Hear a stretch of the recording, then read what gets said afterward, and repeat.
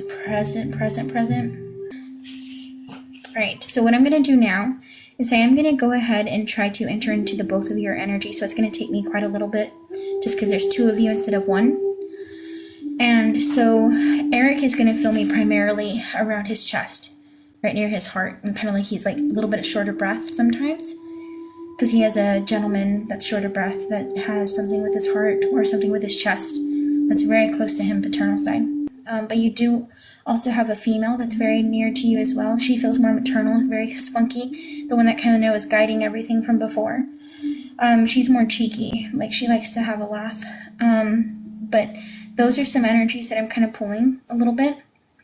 So maternal female for you, and then paternal masculine for him. So then at this time, what I'm going to do is I'm going to ask you specifically, for Michelle specifically, and then I'll do Eric second. Who is it that you're wanting to speak to primarily, Miss Michelle? Maternal female.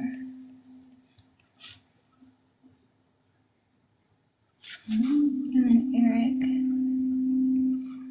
Paternal, so father's side. Male. And Eric, his father. Okay. He was pretty certain that he was going towards the paternal masculine. Lenney. Did Lenney have any breathing problems? Anything going on with his chest? Did he have any form of heart attack or something? Or something that compressed here? Because I'm feeling like I can't breathe. Like it's heavy, it's hard to breathe. Like I'm kind of like... He passed of a heart attack. Okay. I'm very sorry. Thank you, Lenney. Lenney really likes this. He's excited for this. He was very, very pushy about the fact of trying to show his symptoms of him being present, that he wants his son to know how heavily present he really is, and he's trying to show up for him. So once we address who he was, he kind of like subsides a little bit unless I get on the topic of talking about him. And then Eric, when so your father has given me the number 4. That usually can go to like the letter D, or it can also go into the month of April. Does that go anywhere for you? It could also be a day, like January 4th, or like 4 months, 4 years, that kind of thing. Now with Eric, did he have anything that would go with the 4, or anybody that'd be close that started with like a letter D?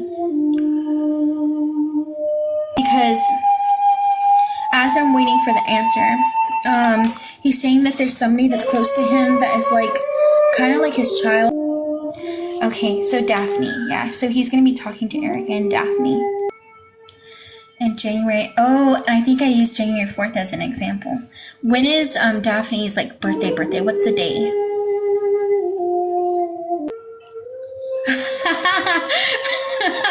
That's so freaking cool. Okay, so her birthday is January 4th. Okay, so it goes to show that he's really trying to talk to both of them. He is by far the most pressing one there. Like, he genuinely is who is the one that's guiding you guys over here. So his main thing with that is he's going, see, I told you, son. He's trying to say that I wouldn't, like, he's like, I'm not going anywhere.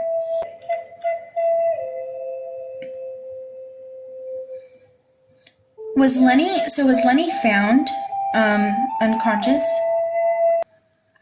Because I keep on getting this person, there's like somebody like really like screaming at him, yelling at him, and it's as if like he has like this odor, and this odor is like god awfully like engraved in my nose, and I'm really sorry if this is not it. I'm kind of nervous to even ask it because I don't have confidence, like not that I don't have confidence, but I don't have confirmation too. But it's kind of like his body is like already starting to have the process of passing, you know, where he's found and like this person is screaming, but you can smell the smell off of him. That really resonates. Okay. He passed and no one found him for a week. Who, between Eric and Daphne, which one of them keeps on going back and forth saying that, like, it's as if he thinks that one of them are really, like, beating themselves up, saying that they should they should have checked on him. They should have gone more. They should have gone and seen him. He shouldn't have been like that for a week. Like, he's trying to tell them to stop. He says, you stop that right now. That's not even funny. Eric, okay.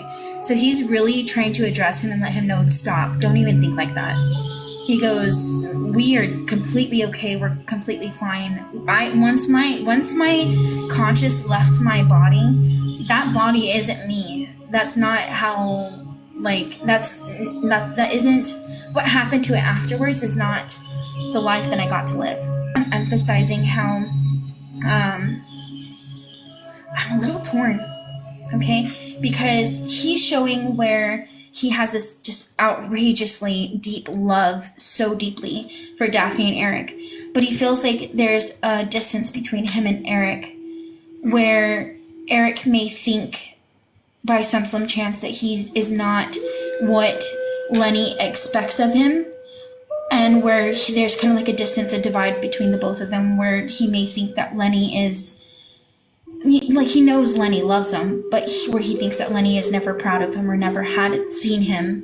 It off is as if, like, Eric may be thinking that he's not to Lenney's standards. Does that make sense? I'm trying to articulate it the way that it's coming through with emotion, because Lenney is feeling very heavy on that and saying that that was never the case. Like, that's not...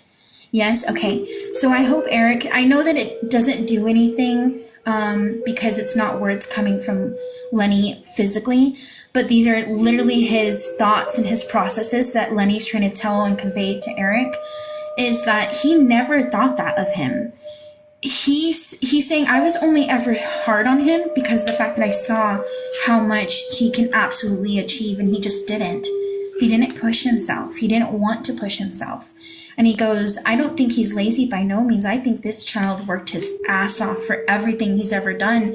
But he always took me pushing him as me judging him. And he goes, that wasn't it. He goes, I pushed him because I love him. Like, I love him deep. And I want to see him do all the things that he has ever wanted to do and prove everybody that ever doubted him wrong. And he goes, that's the only difference.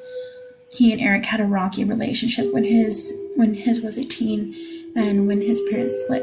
And then that makes a lot of sense. A lot of sense. Because like Lenney said, is he goes, if I didn't love you, kid, I wouldn't have been so around. I wouldn't have been... Then he goes, mind you, there was times whenever I was absent, I would check out. But he goes, that's only for my own mental doing. He goes, I would...